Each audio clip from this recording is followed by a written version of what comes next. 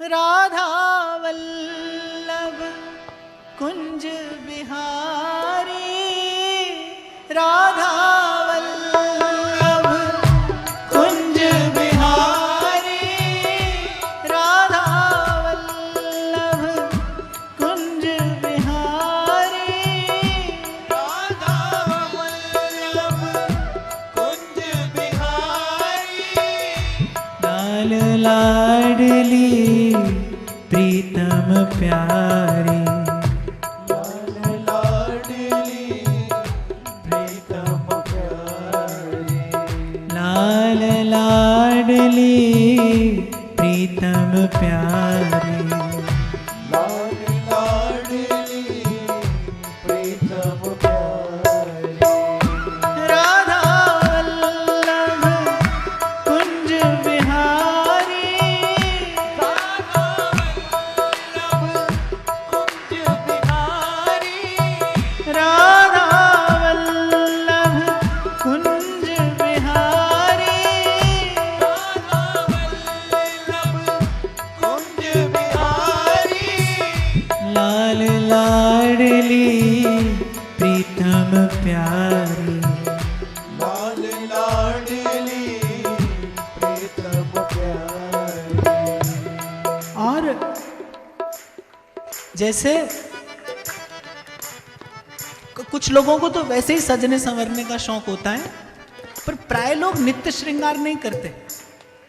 श्रृंगार कब होता है? जब कोई विशेष उत्सव होता है, जब चित्त में उल्लास हो तभी श्रृंगार शोभा देता है।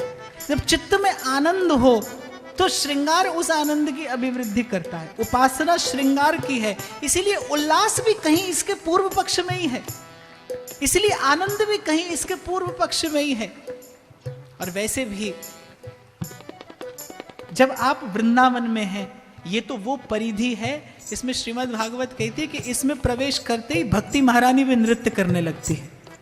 यद्यपि भक्ति आनंद का उत्स है, भक्ति स्वतंत्र सकल गुण खानी, सकल गुणों की खान है, आनंद का उत्स है। जैसे जीवन में भक्ति आती है उत्सव आ जाता है, जैसे जीवन में भक्ति आती है उल्लास आ जाता है, उजास हो जाती है, सुवास आ जाती है भक्ति के आ जाने से। और ये वृंदावन की सीमा ऐसी है जो भक्ति को भी आनंद देती है।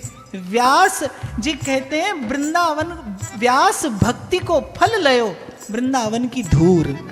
बोले भक्ति का भी अगर कोई फल है, यद्यपि भक्ति स्वयं फल स्वरूपा, नारद जी कह रहे हैं भक्ति सूत्र में फल रूपत्वात् च, यदि आपके जीवन में भक्ति परिनिष्ठित हो गई।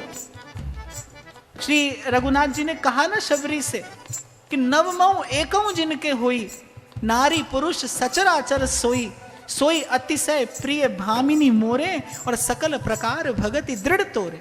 एक भी भक्ति यदि जीवन में स्थिर हो जाए तो जीवन में नित्य उत्सव है, तो जीवन में नित्य आनंद है। और फिर ये तो वो सीमा है जो भक्ति को भी नृत्य कराती है। यहाँ पर भक्ति भी नृत्य करने लगती है। यहाँ पर हमारे राधा वल्लभ जी के मंदिर में यदि आप उत्सव निर्णय पत्र देखें ना, तो साल में 366 उत्सव होते हैं, एक उत्सव अधिक रहता है।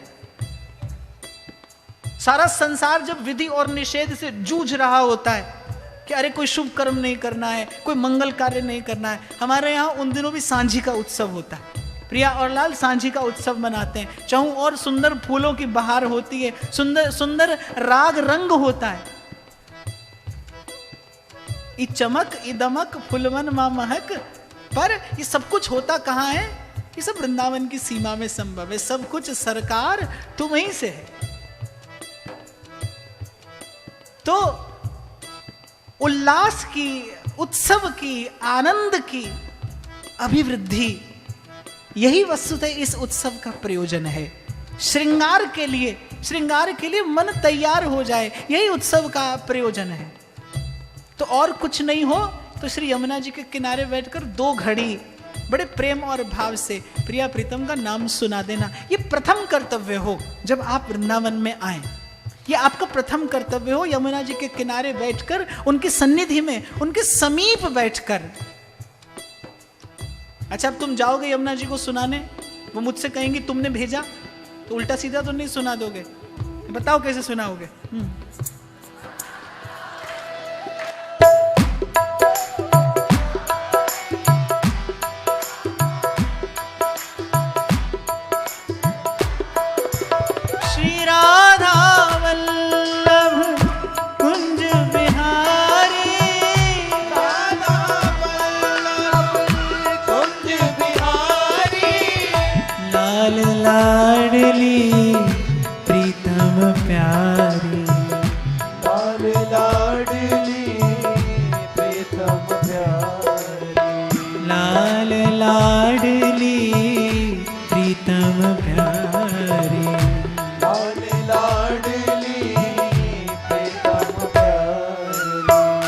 व्यासवाणी में एक स्थान पर व्यास जी ने कहा है कि हरि पाए में लोल कचैया। यहां की भाषा में कहा जाता है लोल कचैया, माने खेल खेल में, खेलते खेलते।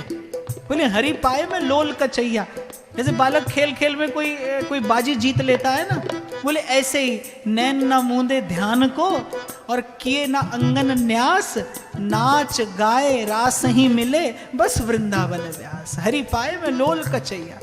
तो इसे यूं ही गीत और नृत्य न समझना, ये कहीं प्रिया और प्रियतम को प्रसन्न करने की चेष्टा है। यद्यपि यदि भगवत चर्चा हो, अभ्यास और वैराग्य की बात हो, यदि ज्ञान की चर्चा हो, तो श्रृंगार विकार है, तो श्रृंगार की चर्चा भी विकार है। लेकिन वही श्रृंगार अगर युगल की प्रसन्नता के हेतु हो तो फिर वो श्रृंगार का भी श्रृंगार है, महाश्रृंगार है। तो ऐसे ही गीत और नृत्य है, पर यदि वो युगल की प्रसन्नता के लिए हो तो फिर वो केवल साधन नहीं, वो साधन की सिद्धि है। इसीलिए बड़े भाव से, हो सके तो तन्मय होने की चेष्टा करना, इसी नाम का आश्रय लेकर श्री यमुना जी को सुनाना और उनसे ये निवेदन करना कि ये धारा कहीं उन्हीं के चरणों से बहकर आई है और कहीं उन्हीं के चरणों में जाकर विश्राम भी पाती है। हे यमुने, मुझ में ऐसी सामर्थ्य नहीं कि अपना भाव उन चरणों तक निवेदन कर सकूं, आप मुझ पर कृपा करें और मेरा भाव श्री चरणों तक पहुंचा दें। राधा वल्लभ कुंज बिहारी, राधा वल्लभ कुंज बिहारी, राधा वल्लभ कुंज बिहारी, राधा वल्लभ कुंज बिहारी, लाल लाडली प्रीतम प्यारी।